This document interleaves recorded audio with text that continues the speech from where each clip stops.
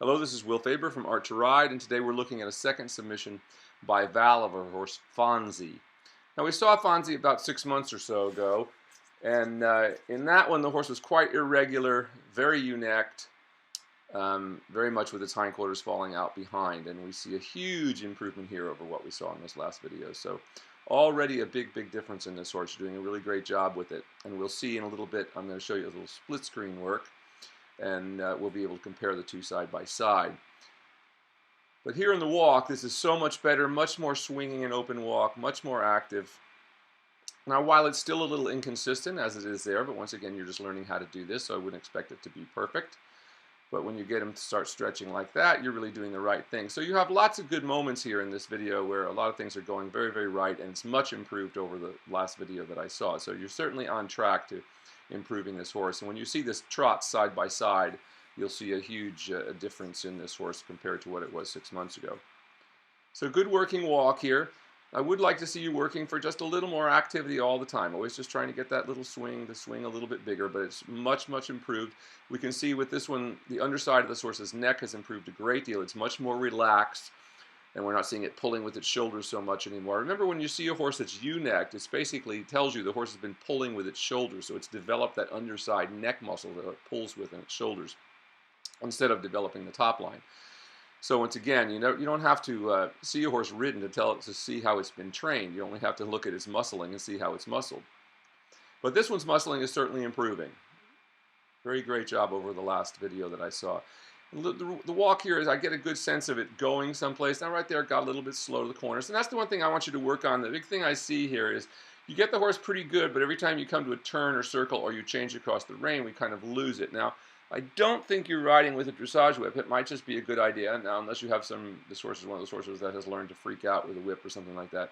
But it might be good for you just to carry a dressage whip a little bit so you have something to help you other than just your leg. Because once again, if the horse is a little dead to your leg and you don't have a whip in your hand, all you can do is try to pound the horse with your legs, which we never want to do. We always want to use our legs as lightly as possible and then just back it up a little bit with the whip if you need to. So you teach the horse lightness to the leg. But having said that, once again, none of this is bad. I'm just making suggestions for you here to get your tools right so that you have the right tool for the right job, so to speak, when you need it. Got a little slow there. See, the horse started to stretch there, but now we kind of lost the back here. But you get it to work again in just a moment. You start swinging a little more actively. So remember, it's not just enough to get the horse to stretch down into the contact. We have to get the horse to continue to come through in the contact. We see Western riders who do the kind of peanut rolling thing where their noses are straight down and they leave them there, but if you look, they're not making the back end come through. So once again, getting the horse into the stretch just is the position that facilitates the horse coming through the back. In other words, if it's not stretched down and it's hollow, it probably has no chance of coming through. Once again, we see how on this walk, change of diagonal, it got a little bit slow there. So that's right where I'd like to see you, and when you get to your corners, just try to use your leg if you don't have a stick, but if you have a little bit of a dressage whip with you or something, back it up a little bit and try to think that you just need to have a little more energy going into the corners and turns so that everything doesn't fall apart. So you need to ask for a little more energy before you get there so you have something to work with in that movement rather than getting into the movement and then trying to correct it. So what you'd like to do is come to each corner and start preparing the horse a little more actively, getting it a little more active ahead of your leg so you can send it through the corner, though that one was better there. So just always thinking about that whenever we're going to ask the horse for something harder, which even a turn or a circle is something harder than going a straight line. We're going to have to generate, if it's just barely there going in a straight line, you're going to need to generate more to get through the corner in the same way. So just think about that from now on, your movements.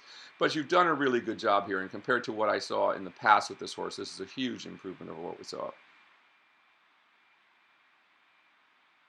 And once again, just looking at the horse, the top of the neck has begun to come out. The bottom side of the neck has begun to get a lot looser and softer, which is what we want to see. Getting a little slow here in the walk again. But once again, it's that same thing every time you come to a corner. The horse seems to go to slow down. So that's where I think you need to just get a little more active with your legs. And once again, if you had a dressage whip with you, you could give them a little tap to try to keep that rhythm going through the corners.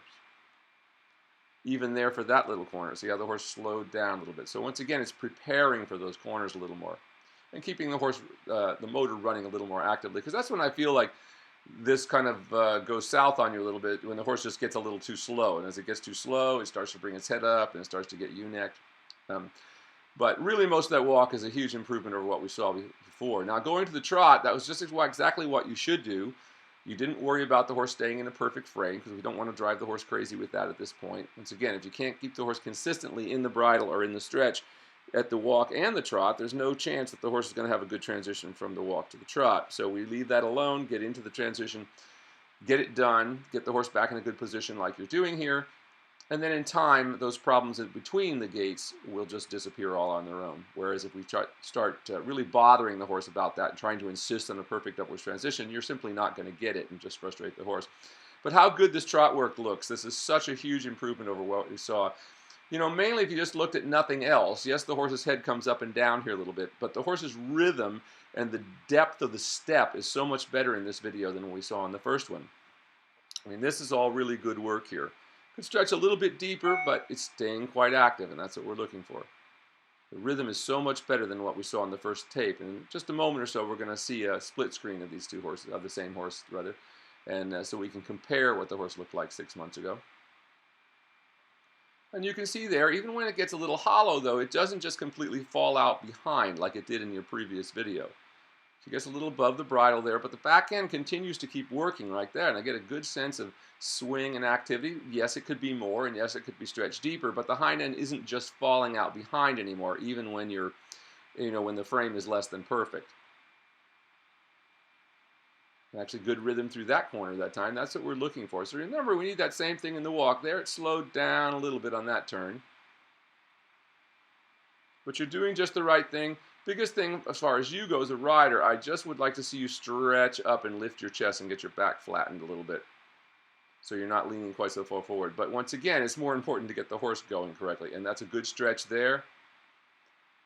So while the frame is still a little inconsistent, it's much more consistent as far as coming through behind. Even when, now you can see it slowed down there a little bit. And that's the first time you kind of lost the back end. Kind of see how the back end kind of fell out behind you there after that turn.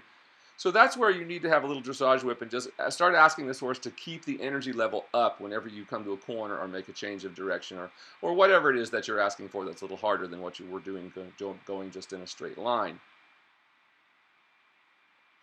Good stretch in the trot there, but this shows such a huge improvement over what we saw 6 months ago. Much, much, much better. Really good there, really good there. And once again, look how consistent the trot is. Now consistently, even when the horse does lift its head up and down a little bit, how much more consistently the horse stays underneath itself behind. Really good rhythm in the trot there.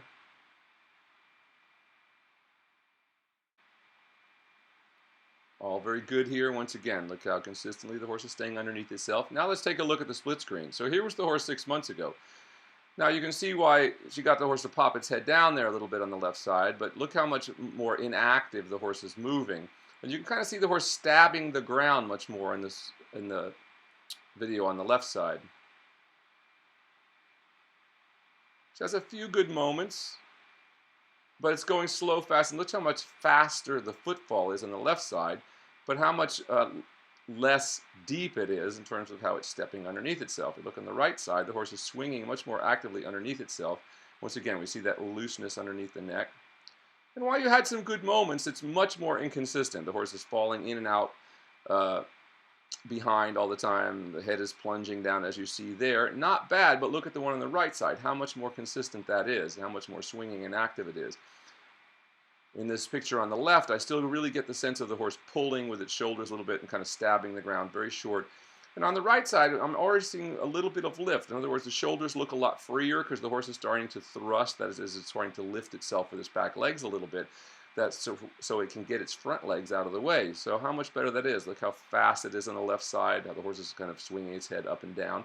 And you were certainly on the right track there, but look how much it's improved since then. So you've done a really great job with this horse since I saw you last. Really, really good work. Everything should just continue to improve. You're definitely on the right track. I'd like to see you start putting some lateral work into this. So in your next video, I'd like to see some lateral work in the walk, just from the center line. Let's start those.